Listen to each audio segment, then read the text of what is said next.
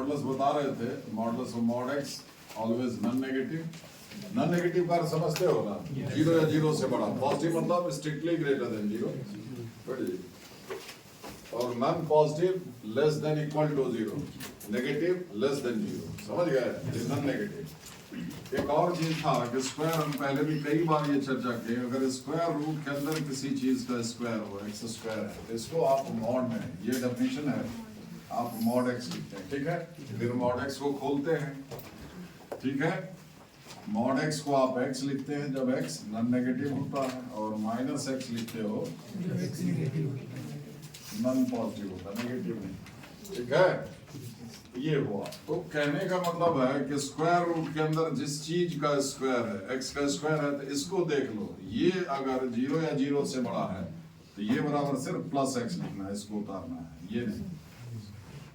और ये अगर नेगेटिव है, स्क्वायर तो पॉजिटिव होगा, हम इसकी बात कर रहे हैं, तो नेगेटिव पे रहेगा, स्क्वायर करोगे तो पॉजिटिव होगा। स्क्वायर रूट के अंदर पॉजिटिव नंबर आना चाहिए, ठीक है। ये अगर नेगेटिव रहा तो इतना बराबर सिर्फ ये लिख करके पीछे माइनस लगाओगे, ये नहीं लिखोगे।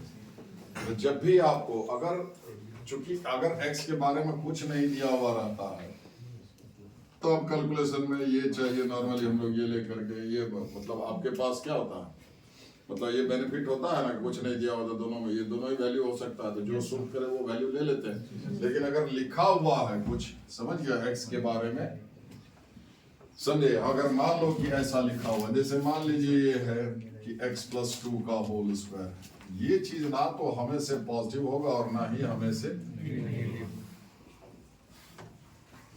ये हमें से पॉजिटिव है। रूट अंडर, ये कैपिटल एक्स जो लिखे हैं उसके जगह पर ये लिखा हुआ है X square plus 2 root under X square में एक्स, यानी कि ये पूरा यहां से यहां तक ऑलवेज पॉजिटिव, ठीक है। इतना बराबर सिर्फ अकॉर्डिंग टू डेफिनेशन, समझ गए। और इसमें क्या है, ये चीज x के जगह पर, कैपिटल X के ऊपर पूरा लिखा हुआ, ये ना तो हमें से पॉजिटिव होगा और ना ही, तो पहले ये जीरो कब होगा, -2 पर जीरो होगा। x का वैल्यू -2 से बड़ा रखोगे तो ये पॉजिटिव हो जाएगा।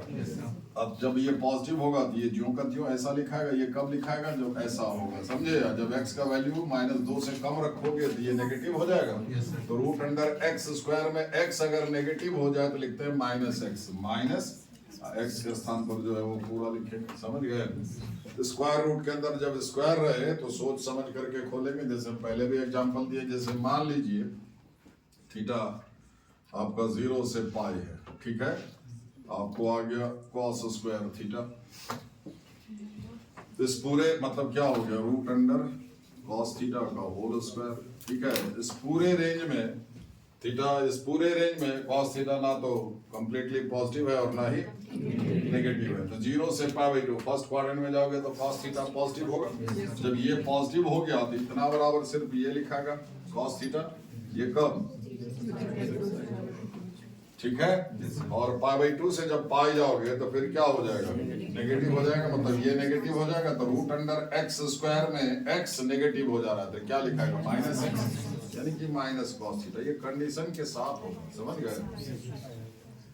π/2 पर 0 हो जाएगा, -0 भी 0 ही होगा, समझ गए, प्लस 0 भी 0 ही होगा, ऐसे। तो स्क्वायर रूट के अंदर जब स्क्वायर रहे, इसीलिए तो आपका, जैसे हम बताए थे, जैसे आप लिखते हैं रूट अंडर 9, ठीक है, तो इसको क्या लिखते हो आप, खाली 3 लिखना है, ±3 नहीं। इसलिए ये 3 का स्क्वायर भी लिख सकते हैं इसको, 9 को, या -3 का स्क्वायर भी लिख सकते हैं। तो रूट अंडर एक्स स्क्वायर में x चूंकि पॉजिटिव है, तो रूट अंडर एक्स स्क्वायर बराबर क्या लिखते हैं, x। और रूट अंडर एक्स स्क्वायर में x क्या है, नेगेटिव है, तो आप क्या लिखते हैं, -x। x किसको बोल रहे हैं, -3 बोलना, तो -x, minus of -3। So in either case it is +3 not +-3, समझ गए, ठीक है। तो स्क्वायर रूट के अंदर जब भी स्क्वायर रहे तो आप सोच समझ करके खोलिएगा, ठीक है। जय श्री राम, मिटा दे।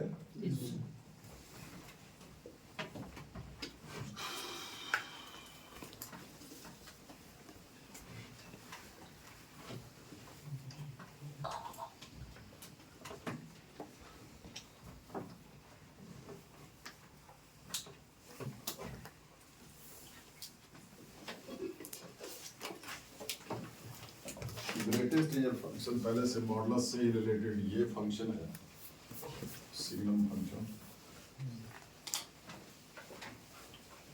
नॉर्मली फंक्शन के लिए fx gx ऐसे f g ये सब इस्तेमाल करते हैं।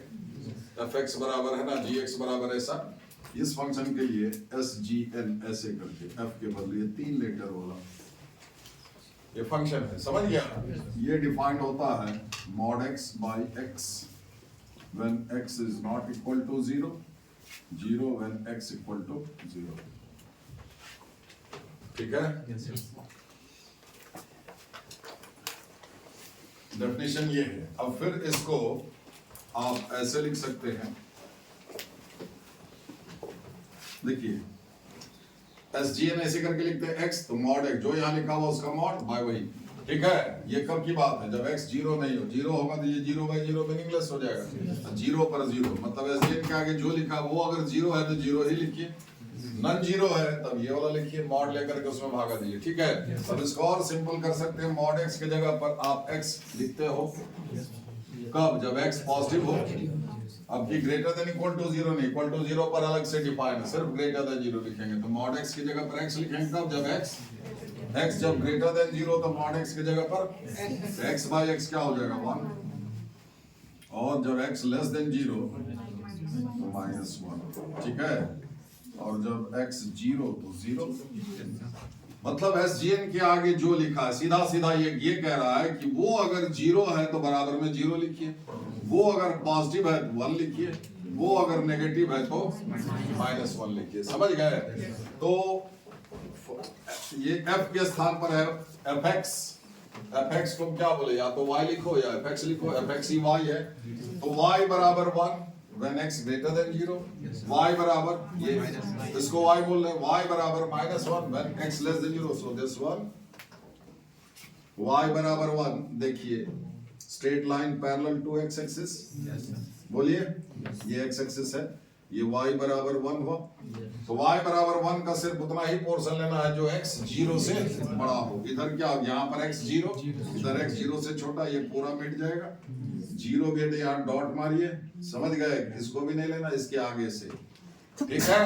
y बराबर -1 ऐसा जाएगा, x एक्सिस के पैरेलल, x एक्सिस के नीचे y बराबर -1 का उतना ही पोर्शन लेना है जो x लेस देन 0 के लिए है। इस पर x 0, इसके इधर x ग्रेटर देन 0, इसके इधर x 0 भी नहीं लेना, इस पर x 0 होता है। 0 पर 0 हो गया, ये पॉइंट आ गया, ऐसे इसका ग्राफ हुआ। समझे? ठीक है? तो सीधी सी बात है कि SGN जो लिखा हुआ है ये सिग्नम फंक्शन है, तो अब उसके आगे अगर पॉजिटिव नंबर है, पॉजिटिव फंक्शन है, तो बराबर में 1 ही लिखना, ये 3 ही वैल्यू देता, 1 -1 और अगर वो नेगेटिव है, जैसे अब ये था कि थीटा मान लीजिए π/2 से पाई, ठीक है? और SGN यहाँ पर cos थीटा लिखा हुआ जाएगा -1। इस रेंज में SGN के आगे जो लिखा है वो क्या हो जा रहा है? नेगेटिव। सेकंड क्वाड्रेंट में cos नेगेटिव होता है, समझ गए? इसलिए बराबर क्या हो जाएगा? -1। Exponential functions are always positive, power वाला फंक्शन इतना बराबर +1। समझ गए?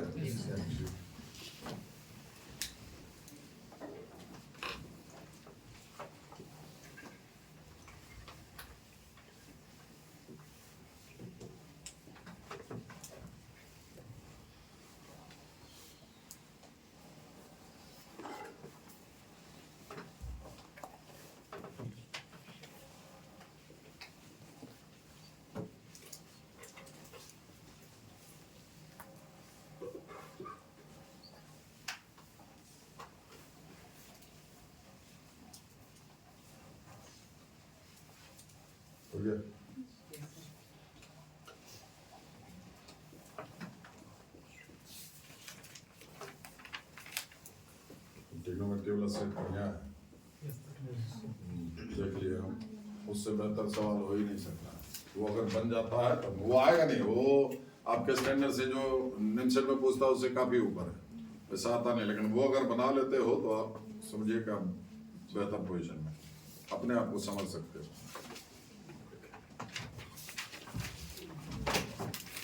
मिटा दे।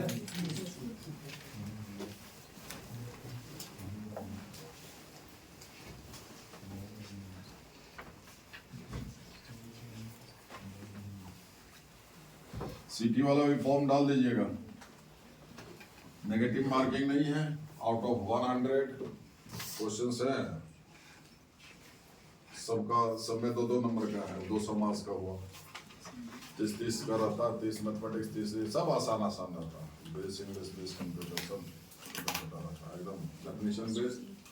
तो उसमें 90% तो आंख बंद करके भी परीक्षा दोगे तो अब मेरे हिसाब से, अब तुम लोग का क्या पता, 90% तो आपका परसेंटाइल और परसेंट में फर्क समझिएगा। परसेंटाइल स्टैटिस्टिकल मतलब स्टैटिक्स का उसमें निकलता है, परसेंटाइल, डेसाइल, क्वार्टाइल ये सब है, ठीक है।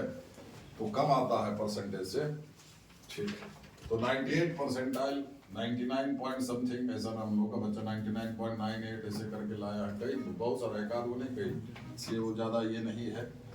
तो कुछ कुछ कॉलेज है जो बहुत अच्छा है, एक आध कॉलेज ऐसा है जो थोड़ा नीचे का है, 90 से बेहतर ही है प्लेसमेंट सबके मामले में। सब मिटा दिया जाए, इसलिए उसको डाल ही दीजिएगा बिना सोचे समझे। और हम लोग के वेबसाइट के थ्रू जाओ तो ज़्यादा अच्छा है। पेज पर जाओगे, नीचे जाओ, वहीं से लिंक दिया हुआ रहेगा, एलिजिबिलिटी क्राइटेरिया वगैरह सब जो भी एक बार पढ़ लेना, वहाँ लिखा हुआ, फिर वहाँ से डायरेक्ट ओरिजिनल वेबसाइट का लिंक दिया होम पेज पर ही खोलना चाहिए। चलो अब आ जाओ।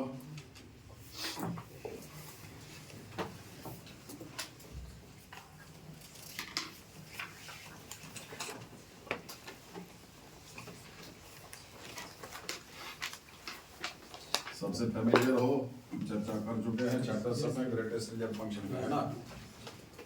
इसको इंटीग्रल फंक्शन भी बोलते हैं, क्योंकि ये वैल्यू जो देता है वो इंटीजर ही देता है।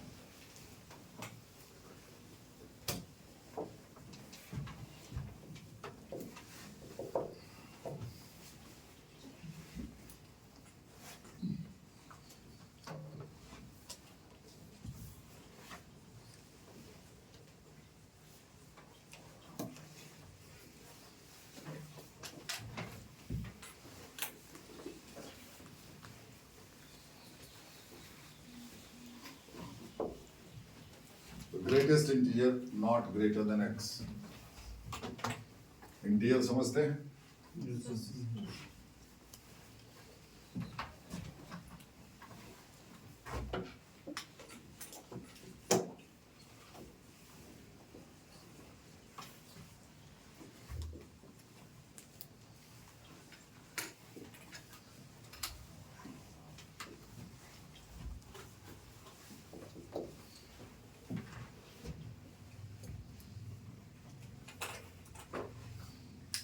और वेलोर वाला जो है ना, वो हम रिकमेंड नहीं करते हैं, वो सब पैसे वालों के लिए है।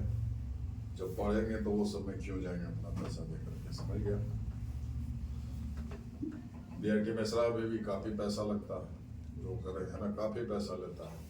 और उसका मेन कैंपस और थोड़ा बहुत लालपुर, बस यही दो पढ़ने लायक है। कोलकाता वाला जो उसका कैंपस है वो मुफ्त में भी पढ़ने लायक नहीं है, समझे। जयपुर में है, फिर उसका इलाहाबाद में है, ठीक है। इतना equal to the greatest integer. देखिए नॉट ग्रेटर देन x, मतलब इसका वैल्यू एक इंटीजर ही होगा। वैसा इंटीजर जो किसी भी सूरत में इस अंदर वाले नंबर को एक्सीड नहीं करेगा, लेकिन होगा एक इंटीजर ही। भले अंदर वाला इंटीजर हो या ना हो, इतना बराबर एक इंटीजर ही होगा। वैसा इंटीजर जो किसी भी सूरत में इस नंबर को एक्सीड नहीं करेगा। एक्सीड नहीं करेगा मतलब इसके बराबर होगा या फिर इससे। इसका सीधा अर्थ है कि अगर अंदर वाला एक इंटीजर है, अगर अंदर वाला एक इंटीजर है, मान लीजिए यहाँ पर हम 10 लिख दें, ये इसी के बराबर हो जाएगा, समझ गए। एक्सीड नहीं किया इसको, -10 है तो ये, अगर अंदर वाला इंटीजर नहीं है, ठीक है, तो इस नंबर से ठीक पहले जो इंटीजर आता होगा वो दिखाएगा यहाँ पर, समझ गए, ठीक है। इस नंबर से ठीक पहले जो इंटीजर आएगा वो लिखाएगा। समझ गए? -10 नहीं लिख दीजिएगा, -10 लिखिएगा तो इस नंबर से वो बड़ा होगा। समझ गए? ठीक है, ठीक है।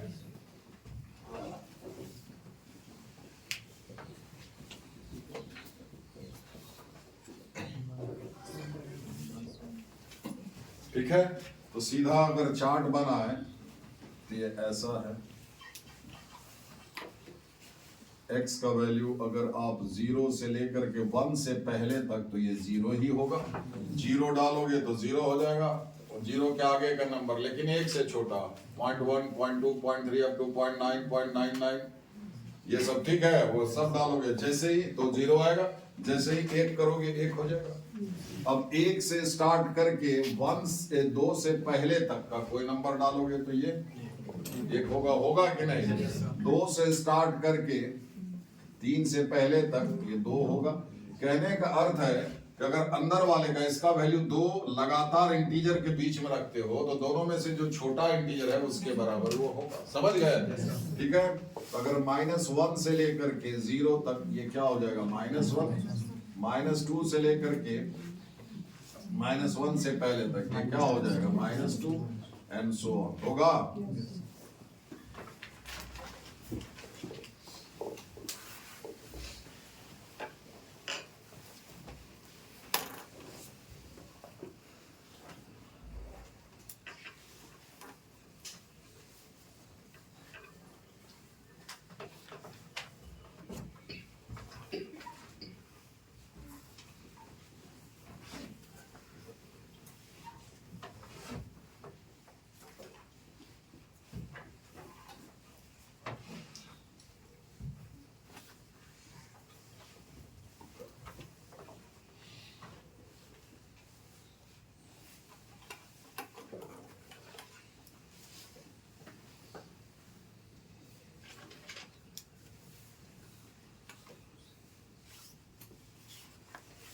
हो गया?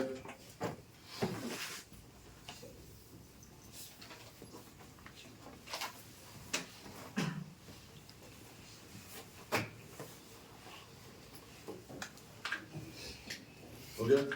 अब देखिए कुछ प्रॉपर्टी देखिए इसका, देखिए इसका इंटीग्रल वैल्यू कितना होगा? देखिए इसमें क्या होता है, ये इंटीग्रल पार्ट हुआ, ये फ्रैक्शनल पार्ट हुआ। 10.3 दो टुकड़ा में जाएगा, 10 प्लस 0.3 तो 10.3 का इंटीग्रल पार्ट हो गया 10, अब 0.3 हो गया फ्रैक्शनल वाले से इससे छोटा होगा फ्रैक्शनल पार्ट, वो भी आएंगे। तो देखिए अगर इसमें हम कोई इंटीजर जोड़ देते हैं, ठीक है, मान लो 11 जोड़ दिए तो क्या हो गया? ये 21.3 तो 21 हो जाएगा। इसको आप ऐसे लिख सकते हैं,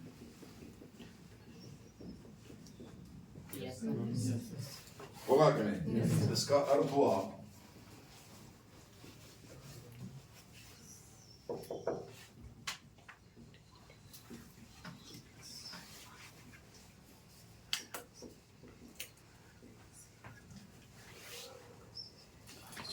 समझे? ये फॉर्मूला, जैसे मान लो आपको x + 2 लिखा हुआ है तो इसको आप निकाल सकते हो 2 को, -2 लिखा तो x जोड़ -2 इंटीग्रल वैल्यू। अब समझ गए? समझे कि नहीं? याद करते चले जाओ, ये नहीं कि आप दिन बनाओगे, वैसे नहीं, देखते जाइए, याद करते जाइए।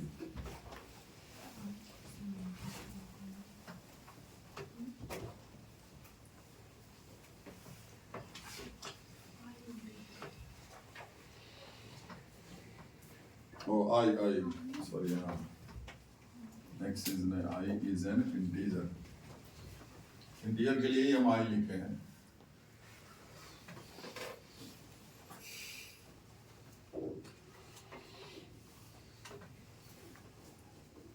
हो गया? अब यहां देखिए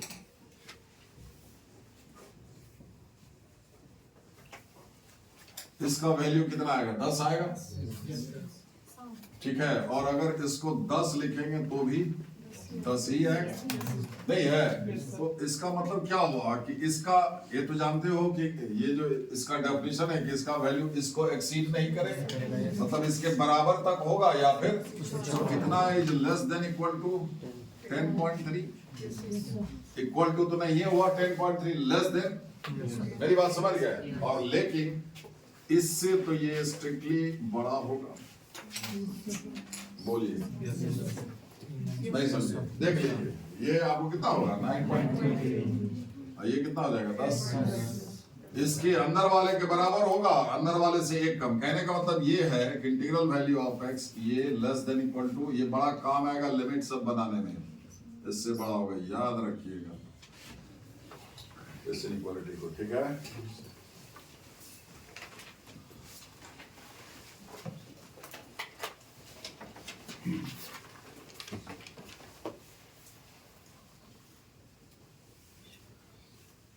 यहां पर इंटीजर हम लिखे हैं खाली। अब ये मत समझिएगा कि यहाँ पर पॉजिटिव नंबर हम लिए हैं, -11 भी कीजिए तब भी होगा। आई इंटीजर पॉजिटिव नेगेटिव कुछ भी, समझ गया? कोई भी इंटीजर जोड़ोगे तो यहाँ पर जैसे -2 करेंगे तो यहाँ पर -2 लगा दीजिएगा, समझ गए? बेटा नीचे वाला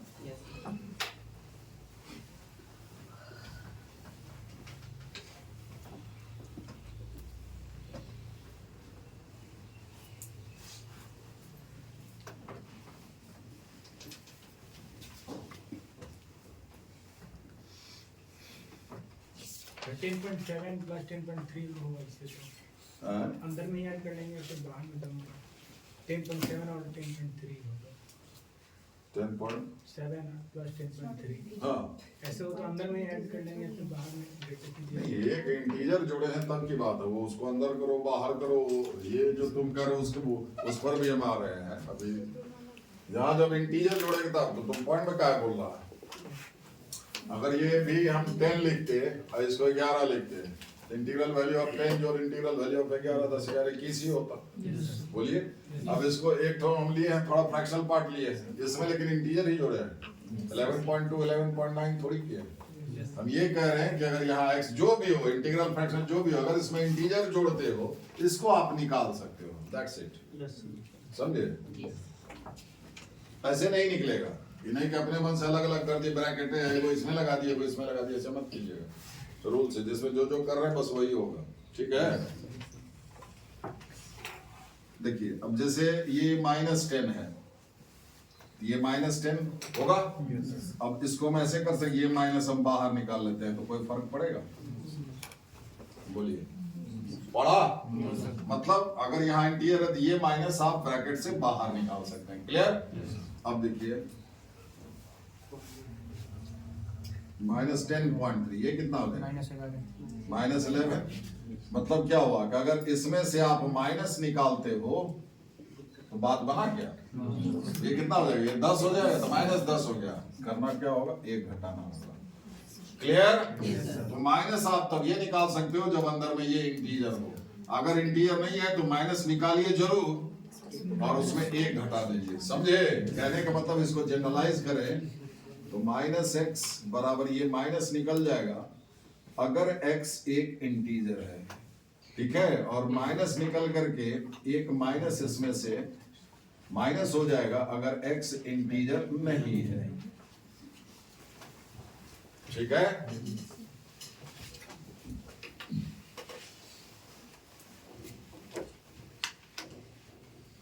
सब याद रखते जाओगे, कल के लिए मत छोड़िएगा, जैसा आप तक करते आ रहे हैं। बहुत पहाड़ हो जाएगा, पार ही नहीं लगेगा जैसा आप तक करते आए। अभी भी थोड़ा समय बचा है, चाहो तो सुधर सकते हो।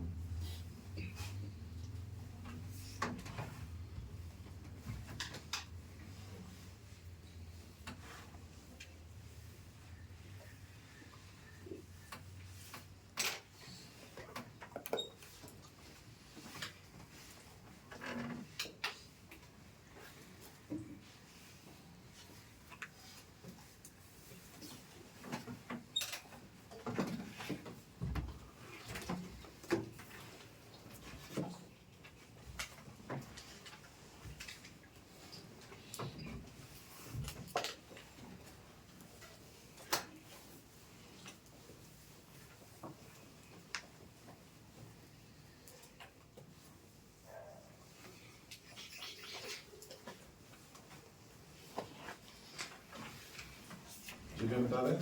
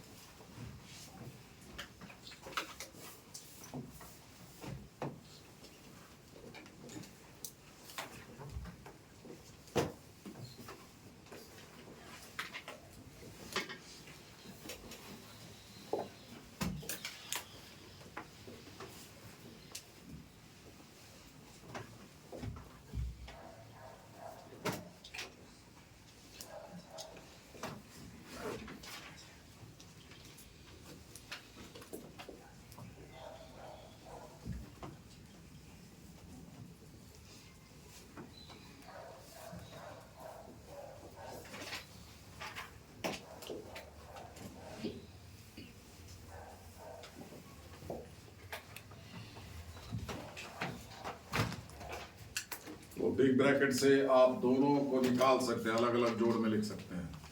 शर्त बढ़िया से पढ़ लीजिए तब ये निकलेगा, नहीं तो वैसा ही रह जाएगा, जैसा है वैसा ही। ऐसा तब लिखाएगा जब इस दोनों में से कम एक तो जरूर इंटीजर हो। क्लियर? कोई एक जरूर इंटीजर हो। जैसा कि देखिए आप 10.3 में जैसे 11 जोड़े अलग अलग कर दिए कि अरे वो 11 को ब्रैकेट में भी लिख सकते थे, समझे? 11 ही आता। मेरी बात समझ में आ रही है?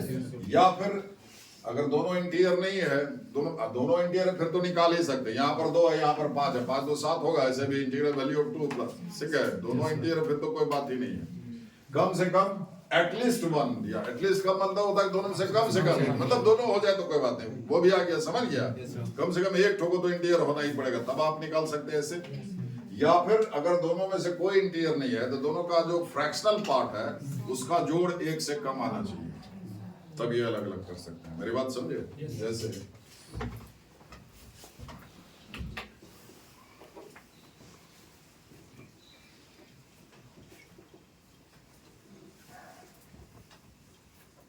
दोनों में से कोई इंटीजर नहीं है। क्लियर? देखिए अगर इसको जोड़ेंगे तो कितना होगा? 7.7 कितना होगा इंटीग्रल वैल्यू? 7। यहाँ भी देखिए 5 हो जाएगा, ये 2 हो जाएगा, 7 हुआ। अब यही चीज अगर आप इसको ऐसे लिखते हैं, ये जायज है क्या? देखिए ये हो गया 5, हो गया 2, 7। अब ये कितना हो जाएगा? 8 हो जाएगा जी। अरे फ्रैक्शनल पार्ट का जोड़ कितना है? 1 से ज्यादा। इसमें फ्रैक्शनल पार्ट क्या है? इसका फ्रैक्शनल पार्ट 0.3 है, इसका 0.4 है। दोनों का सम कितना? फ्रैक्शनल पार्ट का सम कितना? 0.7 लेस देन 1। इसमें फ्रैक्शनल पार्ट का जोड़ 1 है ना, 1 से बड़ा हो गया, 1 से बड़ा हो गया, इसीलिए गड़बड़ हो गया। समझ गए? छोटा होता तो हो जाता, या इसी में एक इंटीजर आता, कम से कम ये चाहिए तो भी ठीक था। समझ गए? दोनों इंटीजर हो तो भी ठीक है, अलग अलग कर सकते हैं ऐसे। इसीलिए ये बराबर नहीं होगा। रीजन समझे क्यों? सम ऑफ फ्रैक्शनल पार्ट्स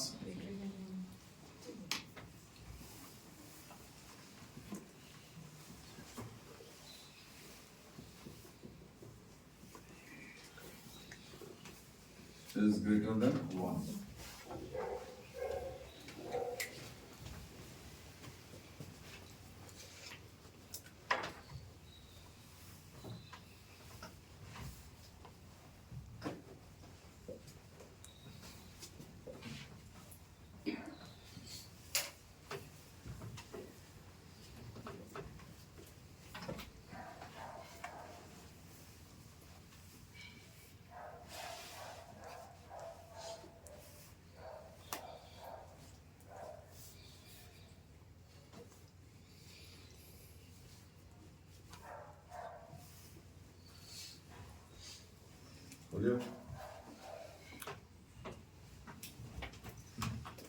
अब जो लिख रहे हैं बढ़िया से देखो और उसको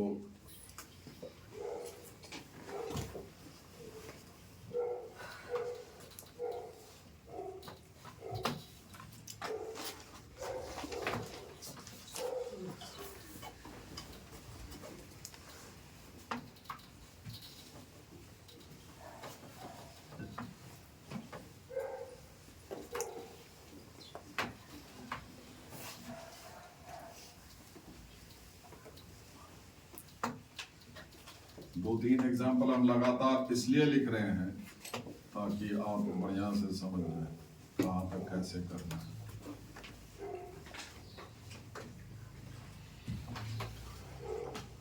समझ में आ रहा? देखिए इन जनरल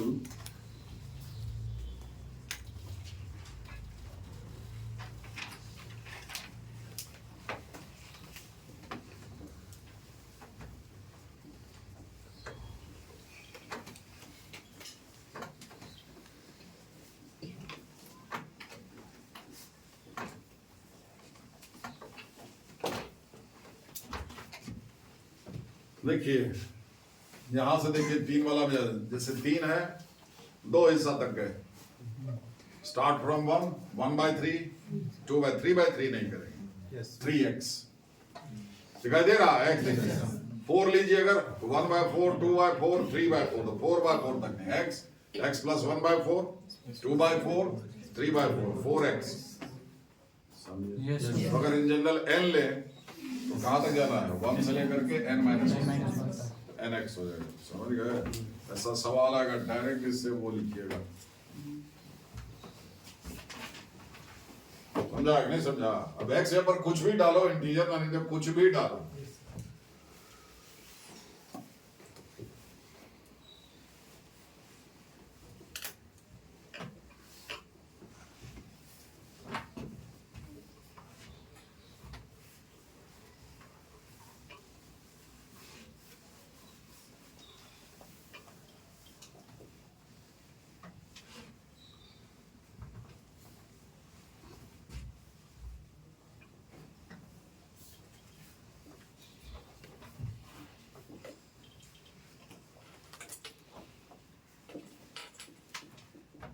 समझे? इंटीग्रल फ्रैक्शन कुछ भी जैसे मान लो सिंपली हम लेते 0.5 डालते हैं, ये भी तो 0.5 ही हुआ। हाफ 0.5 डाले तो क्या हो जाएगा इंटीग्रल वैल्यू? 0।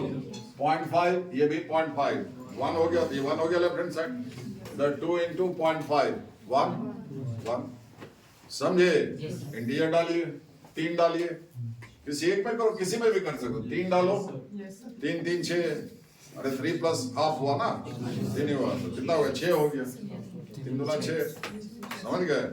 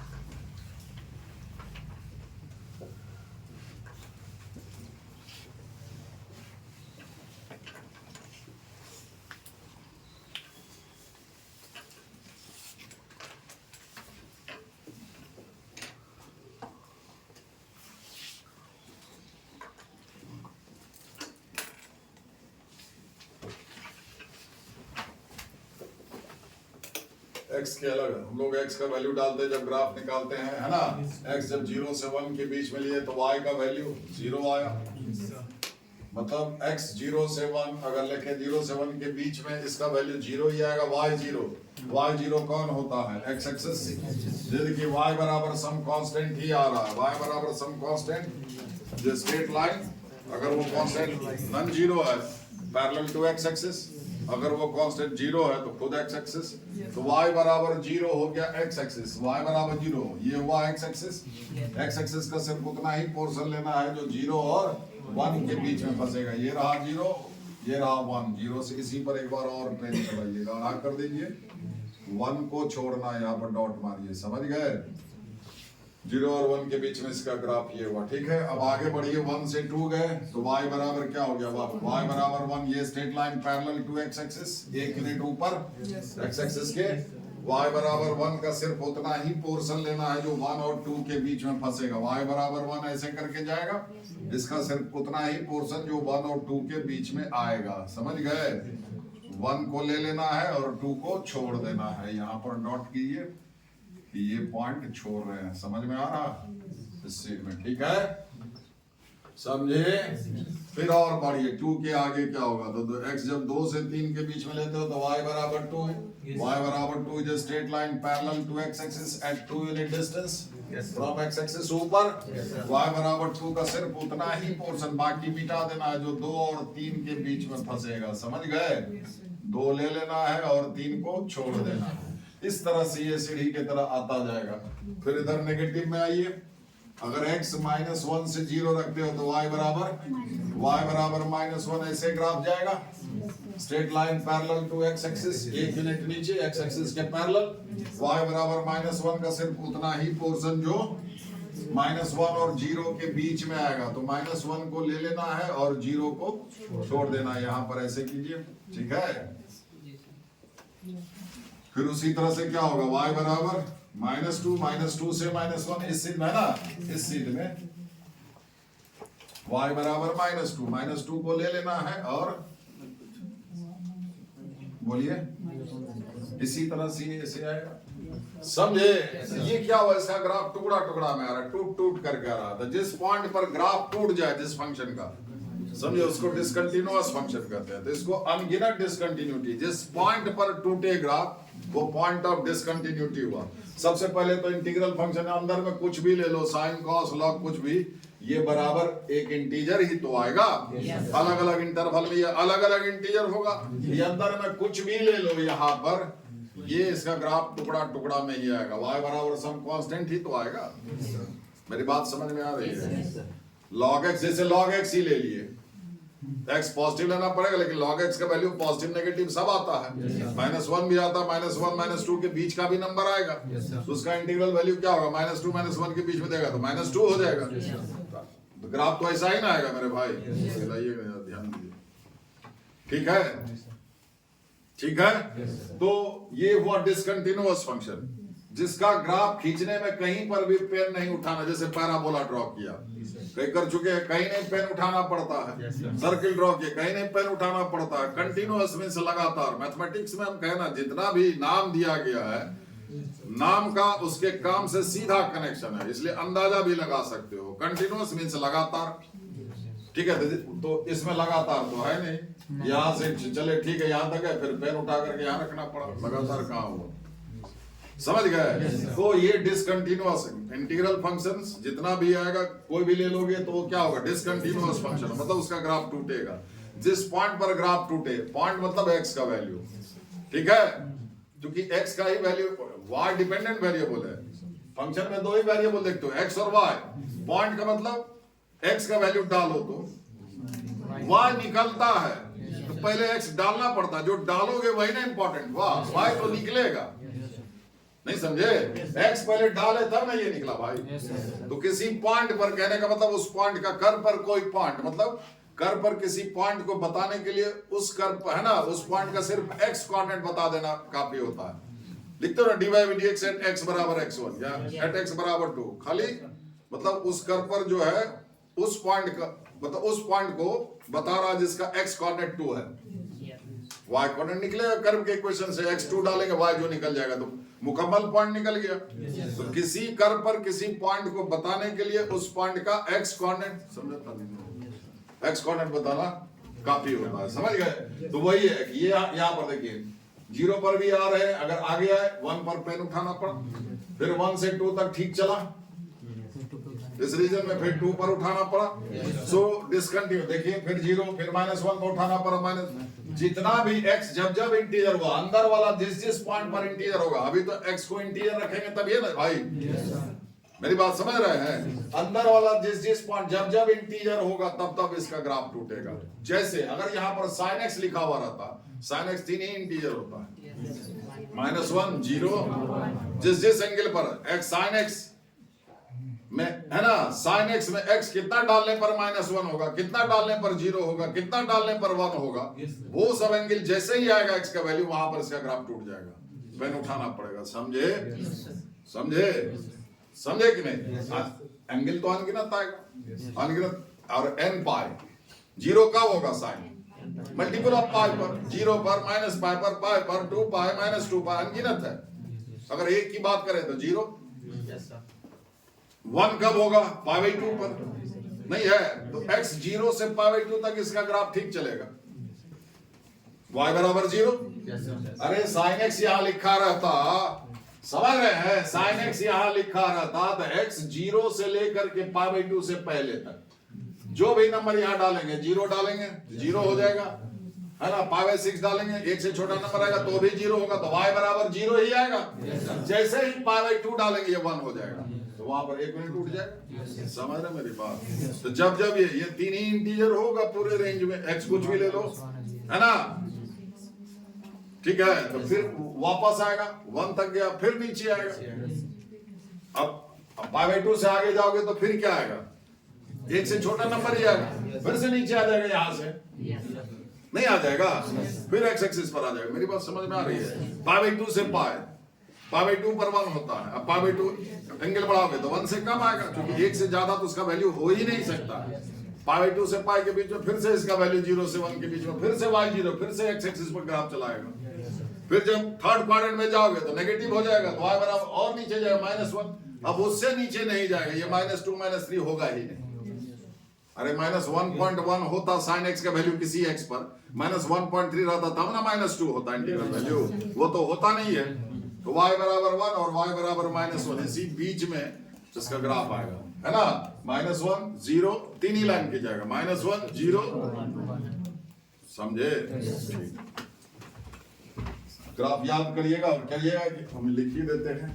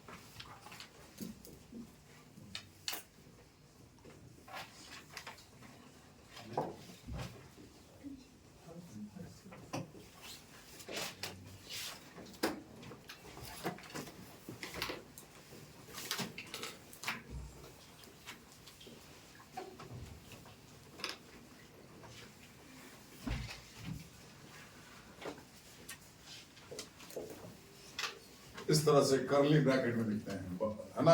बिग ब्रैकेट में लिखते हैं तो उसको क्या बोलते हैं, ग्रेटेस्ट।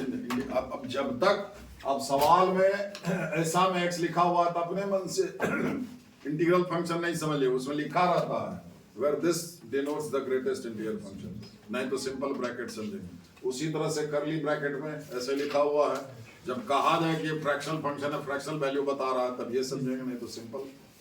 ठीक है, ब्रैकेट का जो मतलब है वही क्लियर। तो fractional value of x, this defines the fractional value of x. Fractional value कैसे निकलेगा, किसी के वैल्यू में से उसका इंटीग्रल वैल्यू तो दो ही हो, इंटीग्रल और फ्रैक्शनल नहीं है, तो किसी के वैल्यू में से उसका इंटीग्रल वैल्यू निकाल लो, जो बचेगा, जब वो वैल्यू खुद एक इंटीजर है, अब 10 है, 10 में कोई फ्रैक्शन नहीं है, 10 में से उसका इंटीग्रल वैल्यू निकालोगे तो 10 निकाल लेना पड़ेगा, तो बचेगा क्या, 0। इसका सीधा अर्थ हुआ कि अगर ये इंटीजर है, ये बराबर 0 होगा, तो उसमें कोई फ्रैक्शन होता नहीं है। अब मान लो 10.3 है, तो 10.3 का इंटीग्रल वैल्यू हो गया 10.3 में से उसका इंटीग्रल वैल्यू निकाल लो, यानी कि 0.3 उसका फ्रैक्शनल वैल्यू होगा। मतलब फ्रैक्शनल वैल्यू ऑफ एक्स का मतलब हुआ एक्स में से उसका इंटीग्रल वैल्यू निकाल लीजिए, समझ गए।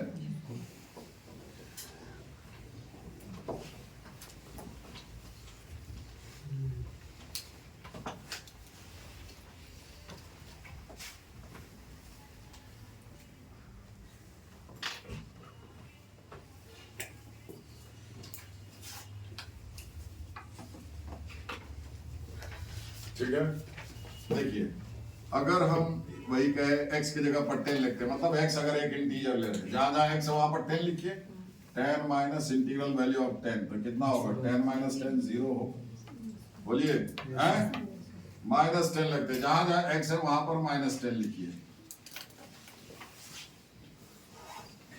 कितना हो गया, -10 + 10 0, समझ गए? मतलब अगर x इंटीजर होगा तो उसमें से उसका इंटीग्रल वैल्यू मतलब वही नंबर घट जाएगा, और अगर x इंटीजर नहीं है, जैसे 2.3 लिखिए, ठीक है, तो x के ऊपर 2.3, जहां जहां x है 2.3 लिखिए। इस डेफिनेशन में 2.3 में से उसका इंटीग्रल वैल्यू 2 हुआ, वो निकल गया, कितना बचा?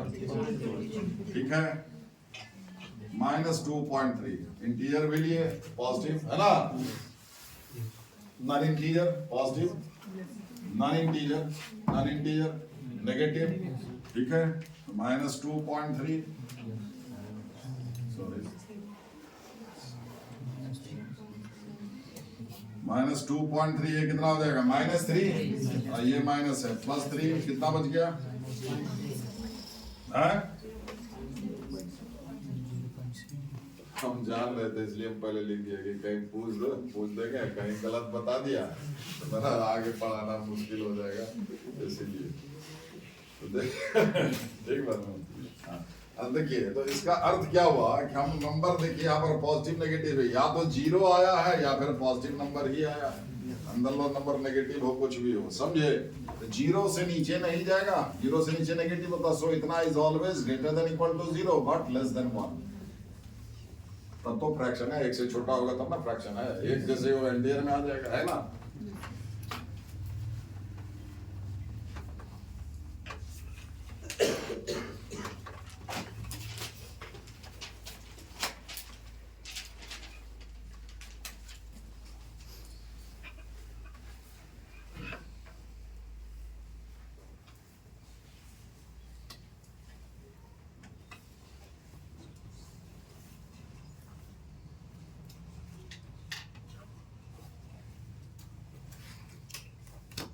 हो गया?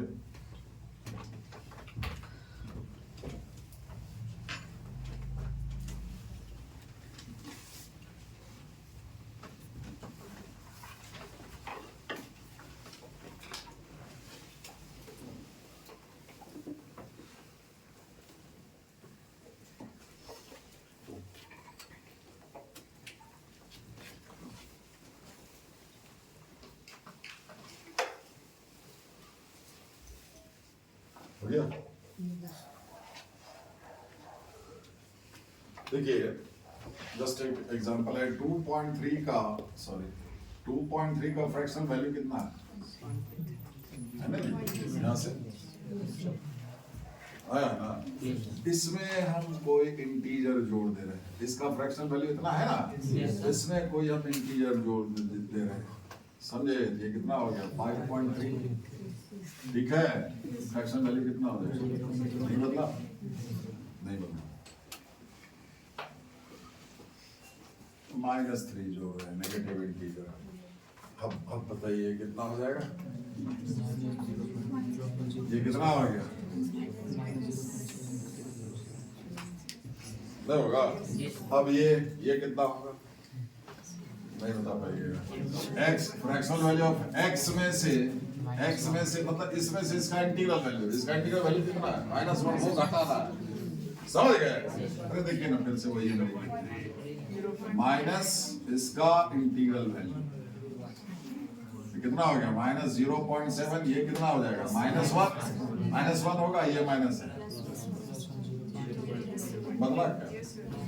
मतलब ये समझो इन जनरल x में अगर कोई x का जो भी फ्रैक्शनल वैल्यू होगा, है ना, उसमें कोई इंटीजर जोड़ते हो पॉजिटिव नेगेटिव तो वही रह जाएगा, मतलब x + 1 रहेगा तो इसको फ्रैक्शनल वैल्यू ऑफ x लिखिएगा, समझे? x + 2 रहेगा तो इसके बदले भी आप पॉजिटिव या नेगेटिव जो भी लिखा हुआ है, ठीक है, समझे? तो in general x + some integer. अब इसी तरह से ये मान लो x + 1 लेकर के 50 तक है, 50 वो x होता है, 50 इंटू फ्रैक्शन, है ना? मेरी बात समझ में आ रही है?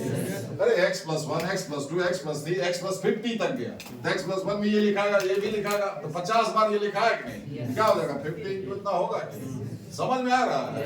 ऐसा नहीं कि बहुत जाइएगा उसमें कि क्या करना है इसको, समझे?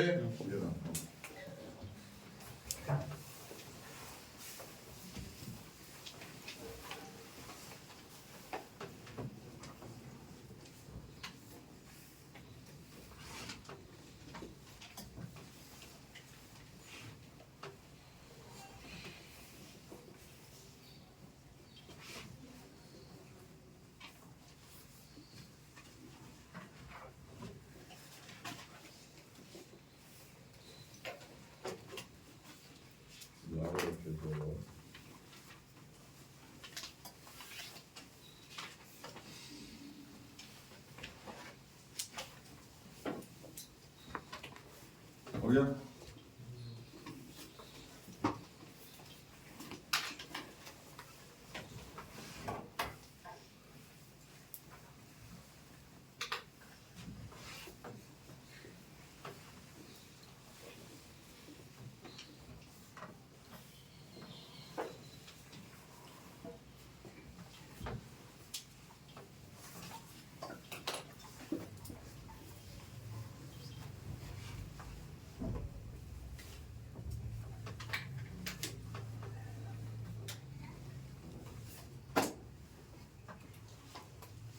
हो गया?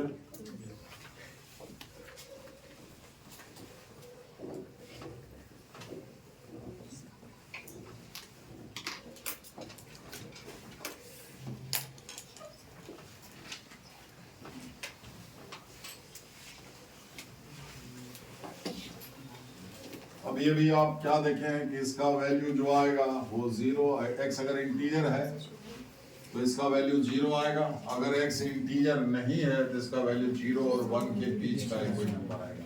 समझे? तो इसको हम लोग क्या माने हैं y, ठीक है? तो y का वैल्यू यानी कि इसका वैल्यू y का वैल्यू 0 लेकर के ज्यादा से ज्यादा कहां तक जाएगा? तो y बराबर 0 बराबर लीजिए y बराबर 0 x एक्सिस, y बराबर 1 straight line parallel to x axis, जिसका graph for any x axis को लेकर के y0 लेकर के y1 जो लाइन है उसको छोड़ करके उसके नीचे तक ही ग्राफ रहेगा। बोलिए, सिंपल लॉजिक है। y फॉर एनी x का चर्चा भी नहीं किए, y अपने आप बन गया ना 0 और 1 के बीच में, 0 इंक्लूड है। y बराबर 0 व्हाट इज, मतलब क्या आपको दिखाता है? x एक्सिस, y बराबर 1 क्या है? Straight line. अगर ग्राफ चला गया y बराबर 1 लाइन पर तो y 1 हो जाएगा। अरे y बराबर 1 लाइन जो है उसको अगर छू भी देगा तो उस पॉइंट पर जहां छुएगा उस पॉइंट का y कोऑर्डिनेट 1 हो जाएगा। तो y तो 1 होना नहीं है, मतलब उस लाइन के बिल्कुल करीब तक जाएगा, रहेगा नीचे। समझे? ना उसको छुएगा ना पार करेगा। समझे? तो इसका ग्राफ हमेशा रहेगा x एक्सिस या फिर उसके ऊपर, लेकिन y बराबर 1 लाइन के नीचे।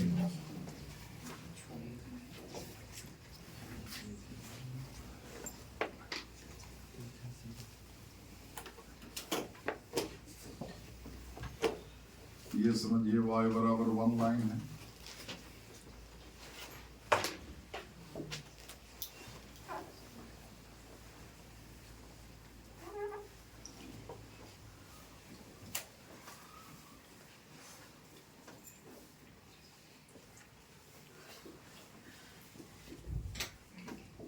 इसको इंक्लूड करेगा, है ना, और इसको एक्सक्लूड करेगा। अगर आप चार्ट बना लें, x का वैल्यू तो लेना पड़ेगा x, ये क्या है? फ्रैक्शनल वैल्यू ऑफ x, यानी कि x में से उसका इंटीग्रल वैल्यू माइनस करना है। अगर x, चूंकि जैसे ही ये वाला फोटो आ जाए तो जब तक इसको, जब अंदर में जो लिखा है जब तक उसको दो लगातार इंटीजर के बीच में नहीं रखोगे तब तक वैल्यू नहीं निकाल पाओगे।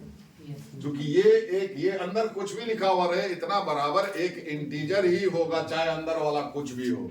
इंटीजर हो तो भी इंटीजर होगा, नॉन इंटीजर हो तो भी इंटीजर होगा। और ये जानते हैं कि अंदर वाले के डेफिनेशन से कि इसका अंदर में जो कुछ भी लिखा हुआ उसको अगर दो लगातार इंटीजर के बीच में रखते हैं, ठीक है, इस पूरे का वैल्यू छोटा वाला इंटीजर के बराबर होता है। तो आपको रखना ही पड़ेगा, स्केलिंग करना ही पड़ेगा, चाहे वो log x हो, sin x हो, tan स्क्वायर थीटा हो, जो भी हो। समझ गए? ठीक है। x जब 0 से 1 के बीच में, लेकिन 0 से 1 के बीच में तो अनगिनत नंबर है, नहीं है, यही y है ना। तो y बराबर, देखिए x की जगह पर अनगिनत नंबर 0 से लेकर के 1 के बीच में, यहाँ तो x यहाँ पर जो रखोगे 0.2 रखोगे तो 0.2 दिखाई देगा, लेकिन ये 0 हो जाएगा। 0.3 रखोगे तो यहाँ 0.3, ये 0। 0.9 रखोगे 0.9, मतलब x ही रह जाएगा, ये 0 हो जाएगा। क्लियर? ठीक है। फिर 1 से 2 के बीच में रखोगे, अनगिनत नंबर है, वो x की जगह पर लिखाएगा। जैसे 1.1 रखेंगे तो ये 1 लेकिन ये 1 हो जाएगा, होगा। 1.9 रखेंगे तो 1.9 दिखाई देगा, ये 1 हो जाएगा। मतलब x जो रखोगे वही रखेगा, -1। बोलिए। इसी तरह से 2 से लेकर के 3 के बीच में ये 2 हो जाएगा, तो ये x -2। इसी तरह से अगर नेगेटिव में जाए -1 से 0 के बीच में ये क्या हो जाता? -1, ये क्या हो जाएगा? x + 1 होगा। -2 से लेकर के एंड सो ऑन। ये देखिए y बराबर mx, ये ओरिजिन से पास कर mx, सारा पैरेलल लाइन से, सारे का स्लोप बराबर है। y बराबर mx + c, y बराबर mx + c।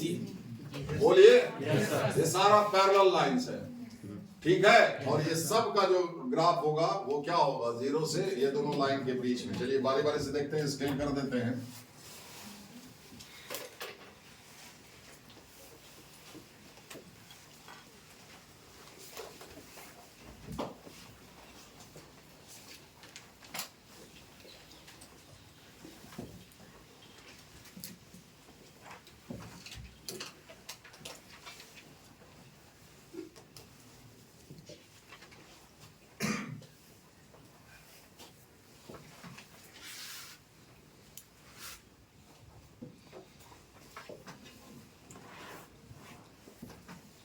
देखिए x जब 0 से 1 के बीच है, मतलब इस गैप में, ठीक है, तो y बराबर क्या है? x, y बराबर x।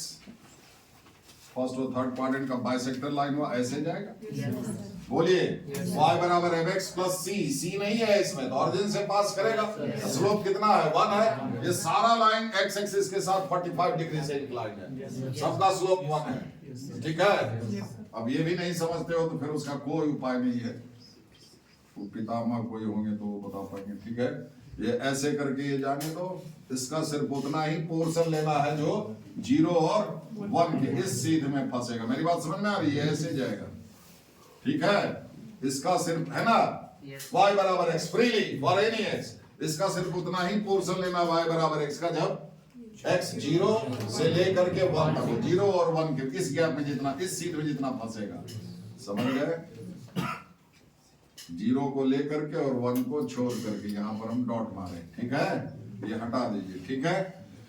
फिर y बराबर 1 से 2 के बीच में y बराबर mx + c, 1 यूनिट का नेगेटिव इंटरसेप्ट है ना। और x एक्सिस को कहां पर काटेगा? 1 पर। y बराबर इतना है ना, x एक्सिस को जहां पर काटता उस पॉइंट का कोऑर्डिनेट जाने के लिए y को 0 करो और x कैलकुलेट करो। x - 1 बराबर 0, x बराबर 1, 1 0 पर काटेगा और y एक्सिस को 1 यूनिट नीचे, मतलब 0 - 1 पर। क्लियर? ऐसे ऐसे करके जाएगा ये। बोलिए इसका ग्राफ y बराबर x - 1 का। क्लियर? तो उसका सिर्फ उतना ही पोर्शन लेना है जो 1 से 2 के बीच में है। क्लियर? 1 लेकर के 2 छोड़ करके। क्लियर? फिर आगे 2 से 3 के y बराबर इसी के पैरेलल क्या हो जाएगा? y बराबर mx + c, x एक्सिस को कहां पर काटेगा? 2 0 पर। अब y एक्सिस को कहां पर काटेगा? 0 - 2, ठीक है। तो मतलब ये ऐसे करके जाएगा, यहां से ऐसे 2 से होते हुए ऐसे, ठीक है। इसका सिर्फ उतना ही पोर्शन जो 2 से, इसी तरह से फिर आगे आएगा 3 से 4 के। मेरी बात समझ में आ रही है? ऐसे करके, ठीक है। फिर उसी तरह से इसमें आओगे नेगेटिव में -1 से y बराबर x + 1, x एक्सिस को कहां पर काटेगा? -1 0 पर। y एक्सिस को कहां पर काटेगा? 0 1 पर। x 0 करो, है ना, मतलब यहाँ इस पॉइंट से ऐसे करके जाएगा। इसका सिर्फ उतना ही पोर्शन लेना है जो -1 से, तो 0 को छोड़ करके -1 को लेकर के फिर आगे -2 से -1, इस बीच में क्या? y बराबर x + 2 याद आएगा, है ना। y एक्सिस को कहां पर काटेगा? 0 2 पर। ये 0 1 पॉइंट है, ये 0 2 वहां से, और ये तो ऐसे करके आएगा। इसका सिर्फ उतना ही पोर्शन जो -2 से -1 के बीच में फंसेगा। मेरी बात समझ में आई? ठीक है। -2 लेकर के -1 को इस तरह से ही आएगा, समझ गए? टुकड़ा टुकड़ा में ये भी डिसकंटिन्यूअस फंक्शन हुआ। और कहां कहां पेन उठाना पड़ रहा है? जब जब अंदर वाला x जब इंटीजर हुआ, -3 से -2 तक इसका ग्राफ ठीक चला है। देखिए -3 का आगे ये पॉइंट मिलता गया, y कोऑर्डिनेट मिलता गया। जैसे ही -2 डाले यहां आ गया, पेन याद मैं तो सीधे चल रहा था। जैसे ही x इंटीजर हुआ, या फिर -2 से -1 के बीच में नॉन इंटीजर है, तब ग्राफ ठीक चला -2 से। जैसे ही इंटीजर हुआ इस सीध में गया, वैसे ही नीचे आ गया, पेन उठाना पड़ा, समझे? सो दिस इज आल्सो, और इसको भी डिसकंटिन्यूटी कहाँ है? सारे इंटीग्रल आगे वही होगा, कंटिन्यूटी डिफरेंशिएबिलिटी, ठीक है, ये सब स्टैंडर्ड फंक्शन है, इसका पूरा कुंडली याद होना चाहिए। डिस्कंटिन्यू ये पीरियोडिक फंक्शन है, अभी हम बताते हैं, फिर ये ग्राफ दिमाग में रखिएगा, समझ गए? ठीक है, देखिए एक एक लेंथ के बाद अगर हम इसी को, जरा भी फर्क नहीं होगा, इसी लाइन को अगर हम ऐसे करके 1 यूनिट खिसका दें तो ये वाला नहीं आ जाएगा, नहीं आ जाएगा सबको एक एक। मतलब ये क्या है, देखिए जरा सा, -1 से आधा कदम आगे चलिए, -½ पर चलिए, बोलिए इस पॉइंट पर इसका y का मान कितना होगा, ये हाइट है, बोलिए यही हाइट आपको मिल जाएगा, 0 से आधा कदम आगे चलिए, सेम वैल्यू मिलेगा, बोलिए x की जगह पर -½ डालो, y क्या था, -½ डालिए, तो -½ ये कितना हो जाएगा, -½ डालेंगे क्या हो जाएगा, -1 माइनस ये कितना हो गया, +1 कितना हो गया, ½ अब x की जगह पर ½ डालिए, ½ डालिए कितना होगा, 0 हाफ ही हुआ, समझे कि नहीं? तो -½ पर जो वैल्यू आया वही ½ पर आएगा। इवन उतना ही नहीं, 1 से भी आधा कदम 1.5 पर चलिए, इस पॉइंट से है ना, वही वैल्यू आएगा, 1.5 पर भी वही आएगा, 2.5 पर भी वही आएगा, समझ रहे मेरी बात? 1.3 पर है, 0.3 यूनिट आगे गए, 1 से भी 0.3, 1.3 पर वही वैल्यू आएगा, 2.3 पर भी वही वैल्यू आएगा, समझे? ये अपना वैल्यू रिपीट करता है, 0 से 1 के बीच में जो जो वैल्यू आया है और डिफरेंट x, स्टार्टिंग फ्रॉम 0 आगे बढ़ते जाइए, जो जो वैल्यू आया 1 से 2 के बीच में सेम वैल्यू उसी ऑर्डर में आएगा। मेरा कहने का मतलब समझिए, 0 से अगर 1/4 कदम आगे जो x का वैल्यू है, या -1 से 1/4 कदम पर जो वैल्यू है x का, कुछ समझ में आ रहा है? ऐसे ही पकड़े, तो 100 से भी 1/4 कदम आगे चलिए, वही वैल्यू आएगा, x का वैल्यू रखिए, समझ गए? 2 से भी 1/4 कदम आइए, है ना, जैसे यहां से 1/4 आगे चलिए, 0 + 1/4, 100 के बाद 100 में भी 1/4 जोड़िए, ऐसे पर रखिए, वही वैल्यू आएगा जो 1/4 पर आया, समझ गए?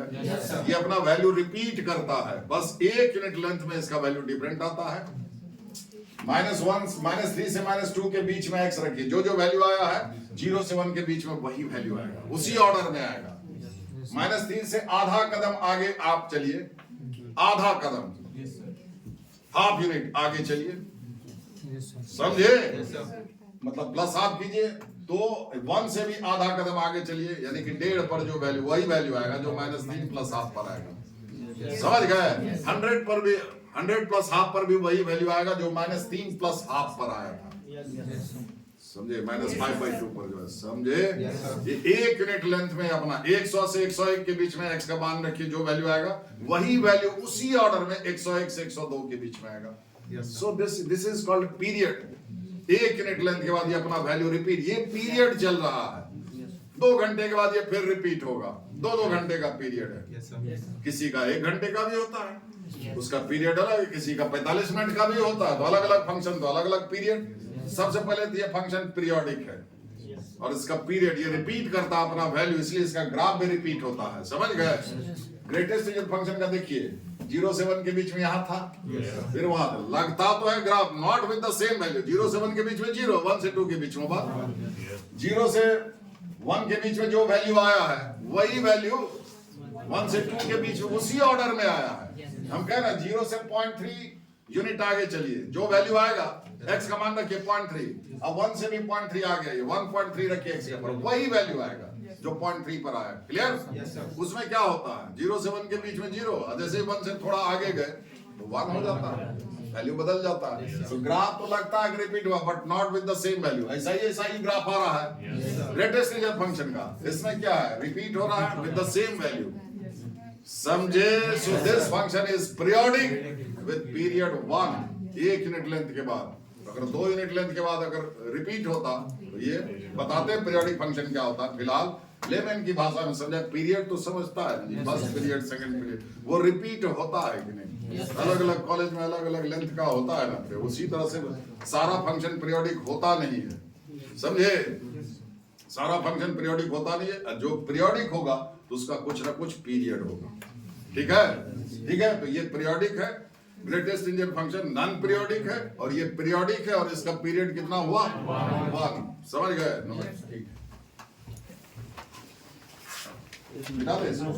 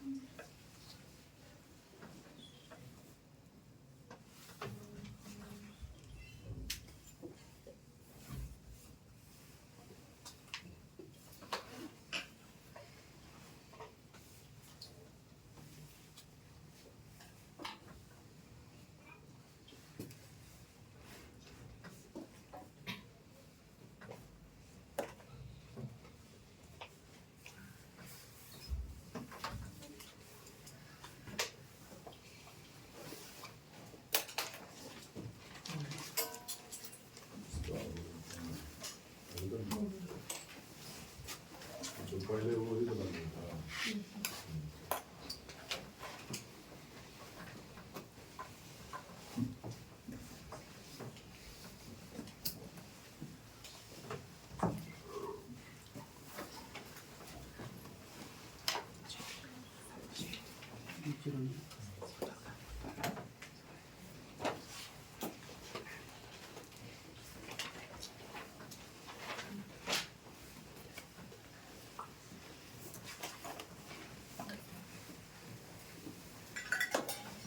अगर फंक्शन का डेफिनेशन फ्री ऑफ एक्स हो जाए, जैसे मान लो अगर एफ एक्स बराबर मान लो X square plus sine X है, या सिंपली साइन एक्स या फिर एक्स स्क्वायर है, एफ एक्स ही तो वाई हुआ। अब एक्स बदलिएगा तो वाई बदलेगा, क्योंकि एक्स मौजूद है और वो वेरिएबल है। एक्स का मान डालते हो तो वाई का मान मिलता है। अब जैसे मान लिया यहाँ पर बराबर 2x है, फिर एक्स बदलोगे तो बदलेगा। खाली 2 हो जाए तो एक्स बदलते जाइए, वाई, इसी को कांस्टेंट फंक्शन कहते हैं। समझ गया?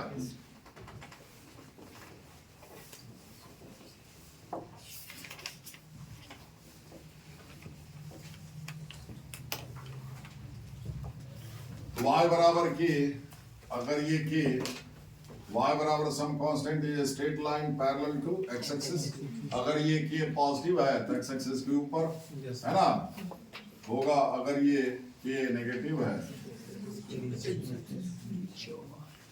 अगर k नेगेटिव है k पॉजिटिव है, ठीक है। आइडेंटिटी फंक्शन नॉर्मली फंक्शन को एफ जी ये सब से डिनोट करते हैं, एफ एक्स जी एक्स। आइडेंटिटी आई वर्ड के लिए आई एक्स, यानी कि वाई बराबर आई एक्स, एफ एक्स है ना बराबर एक्स फॉर ऑल एक्स।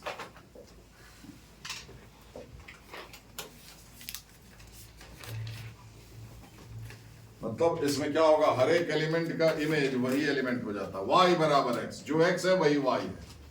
जैसे y बराबर अगर हम 2x रखते तो x अगर 1 लेते तो y 2 आ जाता, x हाफ लेते तो y 1 हो जाता। और y बराबर x में क्या है, x जो लेंगे वही y हो जाएगा। y बराबर x ये क्या है, यही आइडेंटिटी फंक्शन है। समझ गए? y बराबर x, y बराबर mx, जाने जी। Even and odd function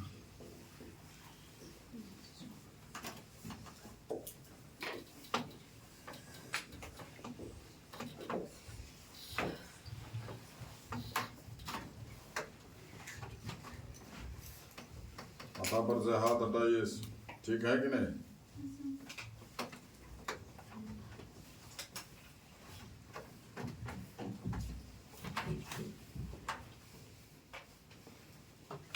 lovely ने अब कल बिस्किट खिलाने ले गए थे, आज खुद भी गए।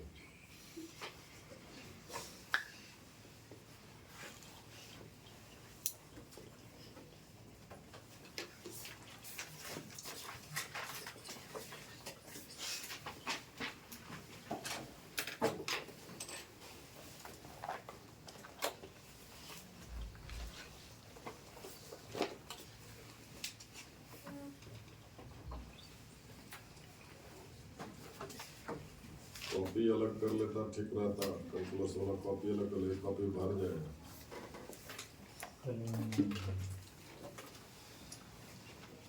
बता दें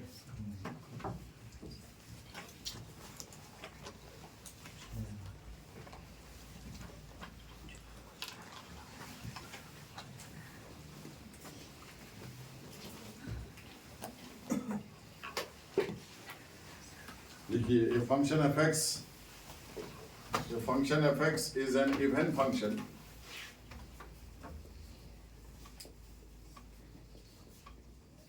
The function fx is an even function if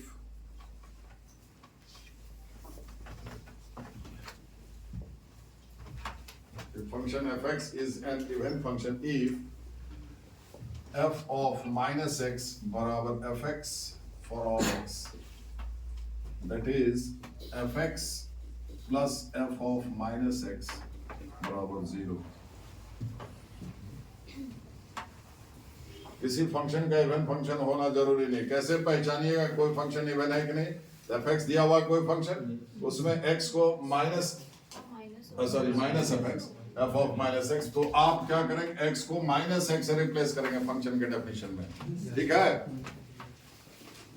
ठीक है, f of माइनस x से रिप्लेस करेंगे, वापस वही फंक्शन रह जाए, बदले नहीं। मतलब fx में अगर फंक्शन इवन है तो x रखो या माइनस x रखो, बात बराबर। मतलब फंक्शन के डेफिनेशन में 1 रखो या माइनस 1 रखो, एक ही वैल्यू आएगा। 2 रखो माइनस 2 रखो, एक ही वैल्यू आएगा। हाफ रखो अगर इवन है तो, जैसे y बराबर x स्क्वायर।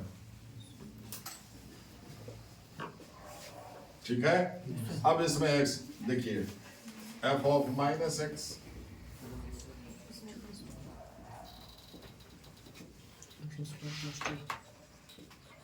ये इवन है। अब बताइए ना आप इसी में, अब x और माइनस x से कोई फर्क नहीं पड़ता, x रखो या माइनस x रखो। अब इसमें 1 रखो या माइनस 1 रखो, अगर 1 को x बोलते हो तो माइनस 1 माइनस x हुआ, तो x और माइनस x से फर्क नहीं पड़ता। इसलिए कहते हैं अगर कोई फंक्शन इवन है, अब यही फंक्शन अगर इवन है, या तो अब अगर आपको कह दिया कि x का वैल्यू माइनस 1 से प्लस 1 तक रखना है, तो आप आधा ही रखिए। अरे 1 रखोगे माइनस 1 दोनों रखोगे तो दो, एक ही चीज 2 बार आएगा। या तो आप 0 से 1 के बीच का वैल्यू लीजिए, या फिर माइनस 1 से 0, दोनों बात लीजिए, तो वैल्यू एक एक चीज 2 बार आएगा।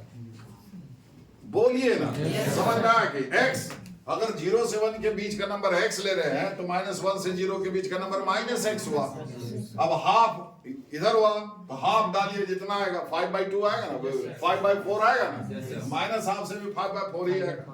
फंक्शन अगर इवन हो, रेंज निकालने का हो, तो या तो आप पॉजिटिव x कंसीडर कीजिए या फिर दोनों मत कीजिए। 0 या 0 से बड़ा लीजिए, 0 या 0 से छोटा लीजिए, कोई एक ही लीजिए, नहीं तो वैल्यू रिपीट होगा। क्योंकि इवन फंक्शन में x और माइनस x से वैल्यू सेम आता है, हाफ माइनस हाफ से सेम आएगा, 2 माइनस 2 से सेम आएगा। ठीक है, इसलिए या तो 2 रखिए या फिर माइनस 2। समझ में आया? इसको भी मत करना, नहीं तो बड़ा रेंज निकालने में दिक्कत हो जाएगा। समझ गया? आधा ही लेंगे। ठीक है। अब कभी कभी क्या होता है, ये तो सिंपल फंक्शन था कि x को माइनस x से रिप्लेस किए, फिर से वही फंक्शन आ गया। कभी कभी नहीं पता चलता है, कॉम्प्लिकेटेड है, बड़ा है, ऊपर भी लिखा हुआ है, नीचे भी लिखा हुआ है। अब x को माइनस x है, लॉग है, साइन है, ये सब भी सब मिला जुला है, तो पता नहीं चला ढंग से कि x को माइनस x से रिप्लेस किए, समझ गए, तो fx आया कि नहीं आया या क्या हो गया, समझ गए। तो आप क्या करें, इवन और अगर वैसे नहीं पता चले तो fx दिया हुआ है, f ऑफ माइनस x निकाल लीजिए। कैसे निकालिएगा? जहां जहां x दिखाई देगा वहां पर माइनस x वो निकाल लीजिए। अब दोनों को घटा करके देखिए, कैलकुलेट तो सॉल्व तो कर सकते हैं ना क्वेश्चन, दोनों को घटा करके देखिए। fx में f minus x घटाइए, f of minus x में fx घटाइए, अगर 0 आ गया तो वो जो फंक्शन था वो इवन हो गया। ठीक है, अब देखिए x और माइनस एक्स,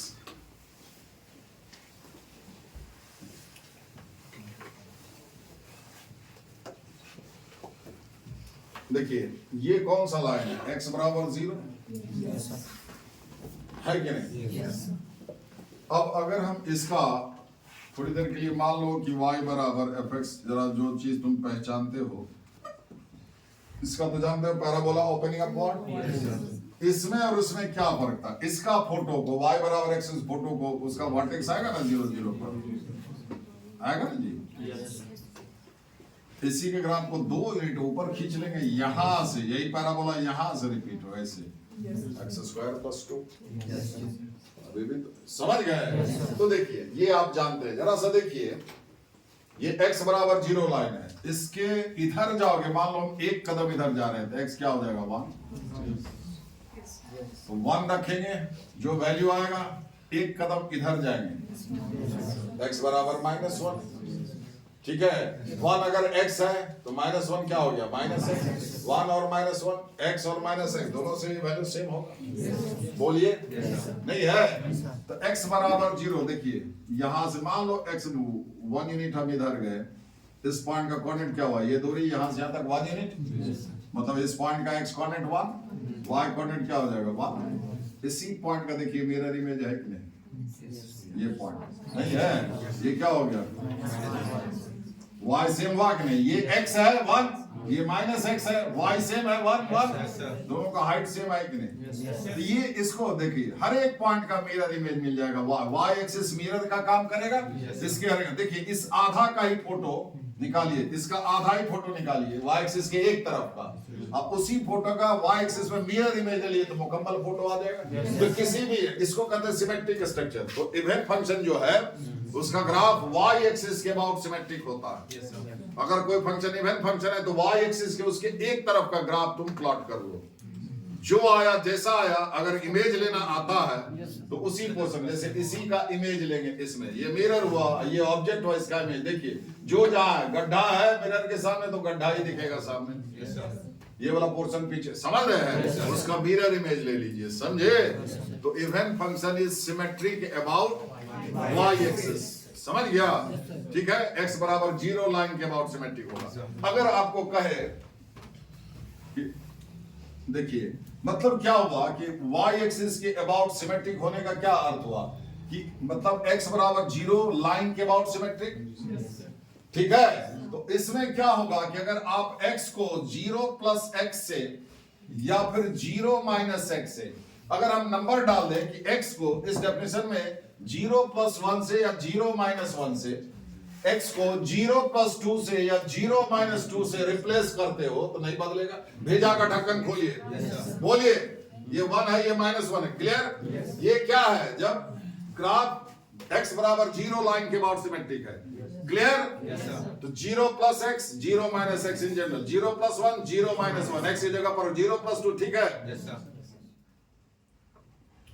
अगर हम कहें कि किसी का ग्राफ x बराबर 1 लाइन के अबाउट सिमेट्रिक है, समझे?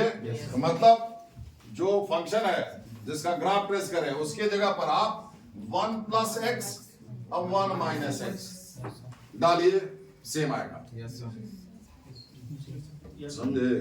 1 plus half, 1 minus half, 1 plus 2, 1 minus 2, x की जगह पर ये सेम वैल्यू आएगा। x बराबर -3 के अबाउट सिमेट्रिक है, तो -3 प्लस x, -3 माइनस x, समझे? 0 प्लस x, 0 माइनस x, ठीक है? देखिए x बराबर, समझ गए? ये आता है fx का डेफिनेशन दे दिया, दिस इज सिमेट्रिक अबाउट, उसी में कोई कांस्टेंट वगैरह फंसा दिया कि इसका वैल्यू बताइए, जबकि ये फंक्शन जो है दिस इज मतलब इसका ग्राफ x बराबर 2 लाइन के अबाउट सिमेट्रिक है। तो आपको क्या करना होगा, fx का जो डेफिनेशन दिया हुआ है उसमें x की जगह पर 2 प्लस x डालिए सब जगह, और ये हो गया लेफ्ट हैंड साइड में, ठीक है? डालिए x के ऊपर और वो लिखिए, और x के ऊपर 2 माइनस x डालिए, ठीक है? फिर दोनों को बराबर कीजिए, समझ गए? अगर यही आपको मान लो कि ये x बराबर 1 के अबाउट सिमेट्रिक है, ठीक? अगर है नहीं, x बराबर 1 के अबाउट सिमेट्रिक है, इस डेफिनेशन में क्या करेंगे, x को 1 प्लस एक्स से रिप्लेस किए और x को ऐसे करना है, समझे? उसी में कोई कांस्टेंट वगैरह इन्वॉल्व रहता तो उसका वैल्यू निकलेगा। क्लियर, याद रहेगा? तो इन जनरल हम लिख देते हैं कि x बराबर k के अबाउट सिमेट्रिक है, f k प्लस x बराबर f k माइनस x। ये सवाल आता है, बार बार बोल रहे हैं, समझ गए? इन जनरल k यहाँ पर 0 है तो f 0 प्लस x यानी कि x, f 0 माइनस x यानी कि माइनस x। ठीक है, इवन फंक्शन। ठीक है, तो लिख लीजिए an even function is symmetric about, an even function is symmetric about y-axis.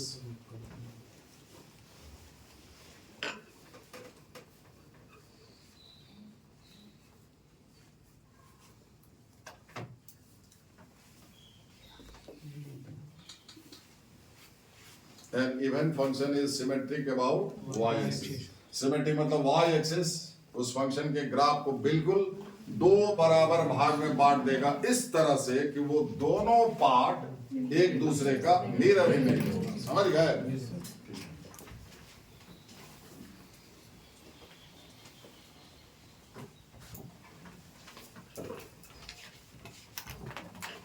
यहीं पर आप लिख देते हैं, नहीं तो फिर दिमाग से अगर उतर गया, देखिए इफ यहां हम लिख देते हैं, इफ ए फंक्शन y बराबर fx is symmetric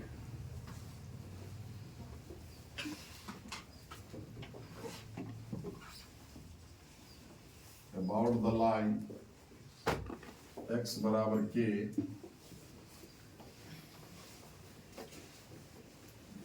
then we have fk plus x equal to fk minus x। ये लेकर के आपको आगे बढ़ना है। अब k की जगह पर जो दिया हुआ है,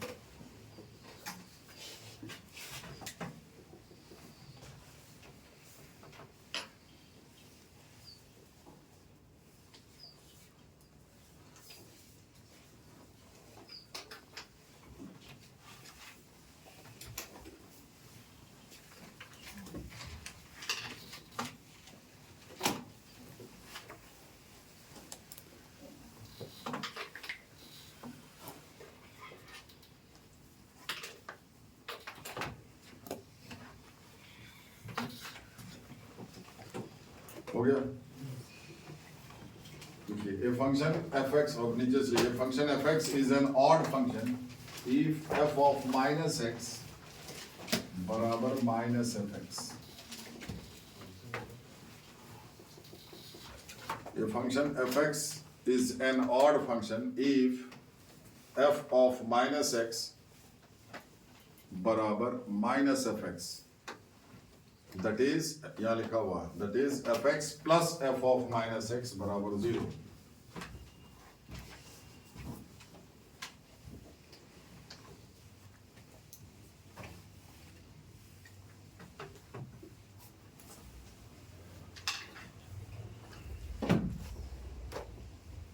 ठीक है, fx दिया हुआ है, कोई फंक्शन इवन है कि ऑड है, कैसे पता करेंगे? x को माइनस x से रिप्लेस करेंगे। अगर वही फंक्शन रह गया जो था, कुछ भी बदलाव नहीं हुआ तो इवन हुआ। अगर फंक्शन वही रह गया लेकिन उसका साइन बदल गया, साइन x है तो माइनस साइन x हो गया, है ना, तो वो ऑड हो गया। ठीक है, और ये दोनों में से कुछ भी नहीं हुआ, ठीक है, तो ना इवन होगा। अनगिनत ऐसा फंक्शन है जो ना तो इवन है ना फिर ना ही ऑड है, मतलब किसी फंक्शन का इवन या ऑड होना जरूरी नहीं है, अनगिनत फंक्शन है। ठीक है, दूसरा है कि अगर x को माइनस एक्स से रिप्लेस करने पर माइनस एफ एक्स या एफ एक्स आया कि नहीं आया, तो सीधा उपाय ये है, एफ एक्स दिया हुआ है, एफ ऑफ माइनस एक्स निकालिए, दोनों को जोड़ने से अगर जीरो आ जा रहा है तो ऑड हुआ, दोनों को घटाने से जीरो आ जाए तो इवन हुआ, जोड़ने घटाने से जीरो नहीं आया तो ना तो इवन हुआ और ना ही। ठीक है,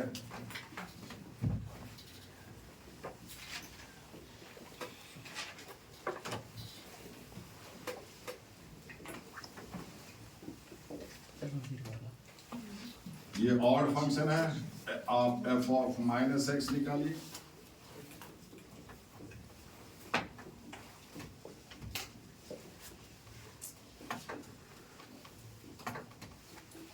एक्स क्यूब प्लस 10x को आप एफ एक्स लिखे, एफ ऑफ माइनस एक्स बराबर माइनस एफ एक्स।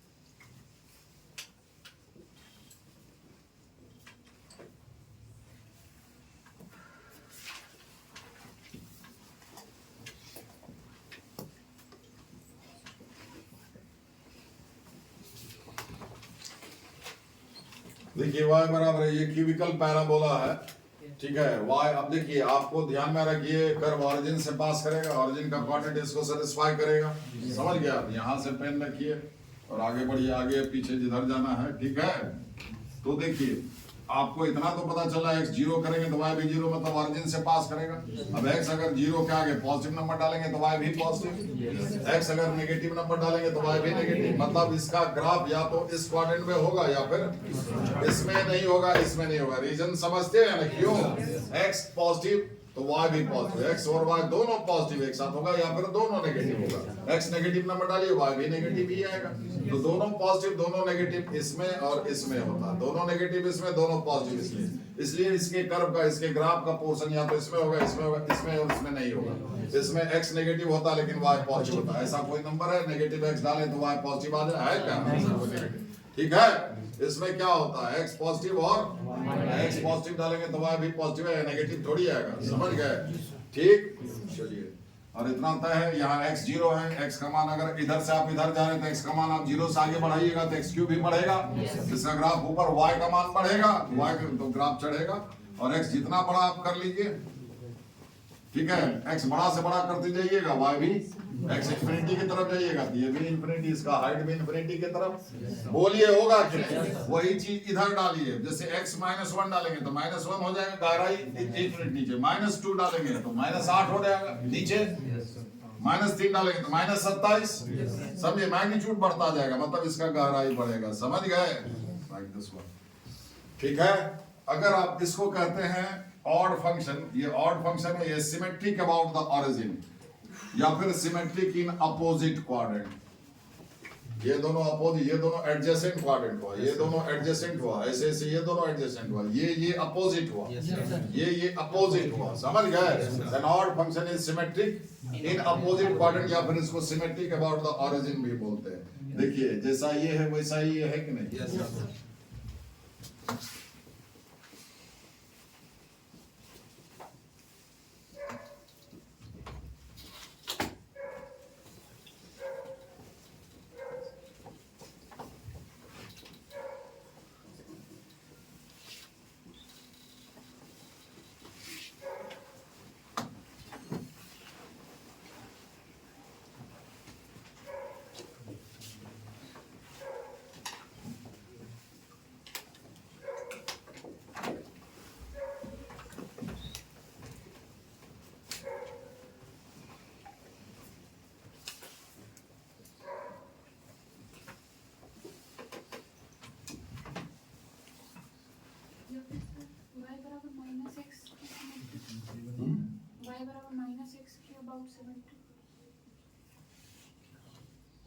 -6 के रूट में।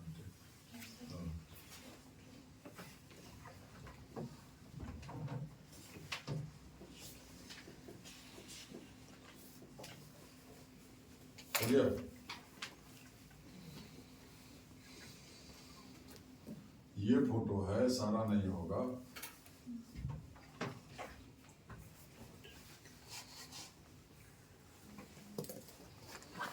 हो गया। अब देखिए बहुत सारा फंक्शन है जो कि ना तो इवन है ना फिर ऑड है, ये तो है, लेकिन एक खास बात ये है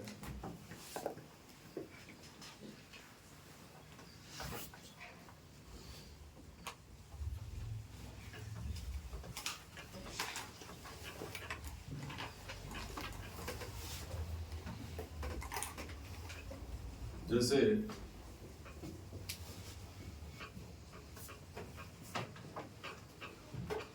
ठीक है, f(x) बराबर x स्क्वायर प्लस 10x, ये फंक्शन अगर लेते हैं तो f ऑफ -x निकालिए तो कितना हो जाएगा, -x का स्क्वायर, तो x स्क्वायर ही रहा, 10 ऑफ -x माइनस 10x हो गया।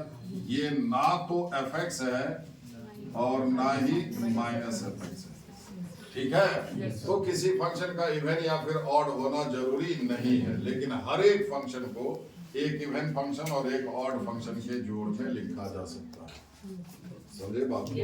किसी फंक्शन का इवन या फिर ऑड होना चाहिए, जैसे यही फंक्शन इवन ऑड में से कुछ भी नहीं है, लेकिन इस फंक्शन को भी दो फंक्शन के जोड़ में लिख सकते हैं जिसमें से कि एक इवन होगा और एक ऑड होगा, समझे बात को? हर एक फंक्शन को चाहे वो इवन हो ना हो, ऑड हो ना हो, हर एक फंक्शन को एक इवन फंक्शन और एक ऑड फंक्शन के जोड़ में लिखा जा सकता है। क्लियर? ठीक है, बताते हैं, लिखिए, हो गया।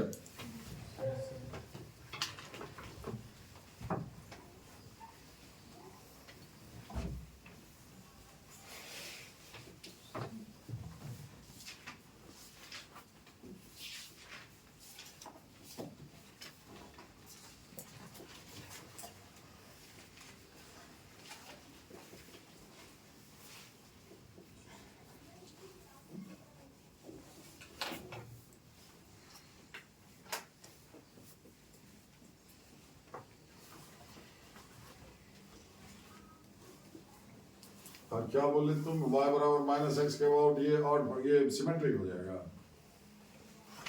अरे y बराबर माइनस एक्स, तो ये ना हमको सुनने में थोड़ा ये हो गया। अब इसका इमेज तो इसमें ना आएगा, इसे भी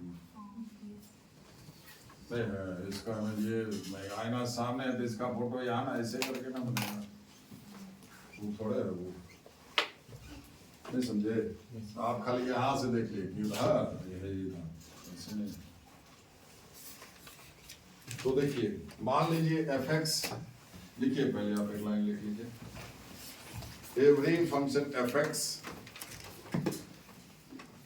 और ये प्रेजेंटेशन जो होगा वो यूनिक होगा, एक ही तरीके से कर सकते हो, नहीं समझे? हम क्या बोले, हर एक फंक्शन को एक इवन फंक्शन और एक ऑड फंक्शन के जोड़ में लिख सकते, एक ही तरीके से लिख सकते हो। जैसे 5 को अगर 3 जोड़ 2 लिखे तो यही समझिए कि 5 को अब 4 + 1 नहीं लिख सकते, मतलब बात बता रहे हैं 5 को क्यों नहीं लिख सकते हैं? यूनिकली एक्सप्रेस, एक ही तरह से रिप्रेजेंट कर सकते हैं, कई तरीके से नहीं। समझ में आ रही है मेरी बात? ठीक है, देखिए, every function fx can be uniquely expressed. Unique का मतलब होता है कोई दूसरा नहीं। Every function fx can be uniquely expressed as the sum of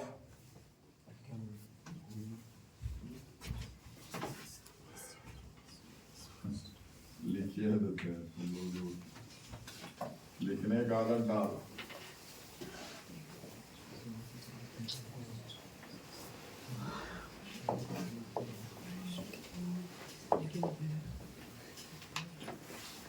Uniquely expressed as the sum of an even function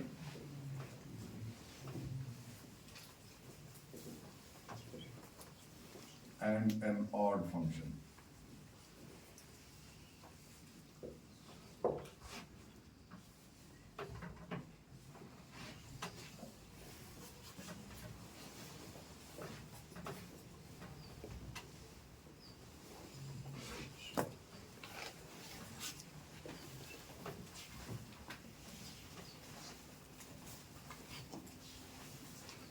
देखिए, fx कोई फंक्शन है, इसको आप ऐसे लिख सकते हैं, या हम इसको बता के बोलते हैं ऐसे लिख देते हैं, कोई दिक्कत?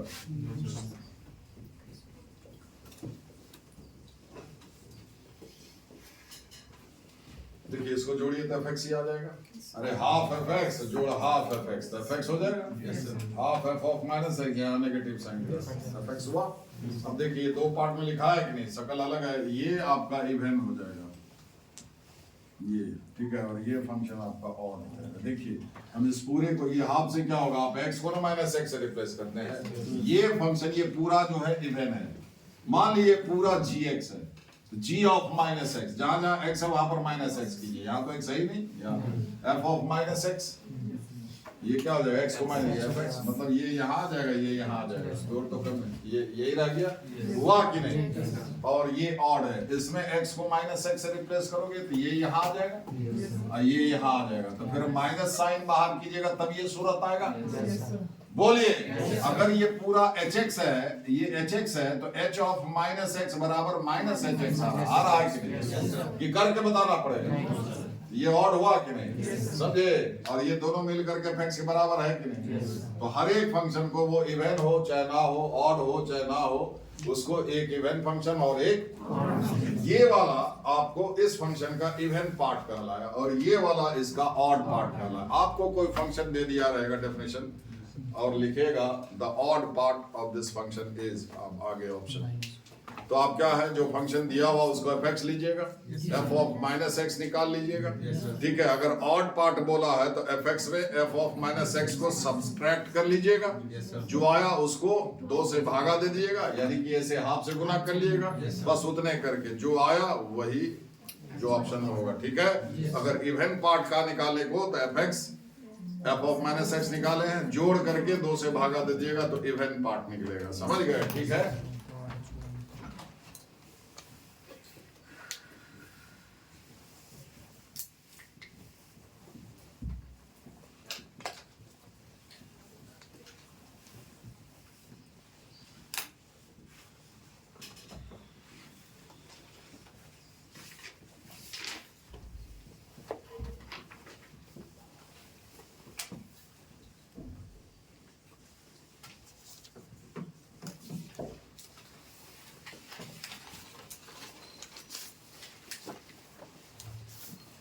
और वहाँ पे fx plus f of minus x और में रहता है तो 0 होते हैं और फिर यहाँ पे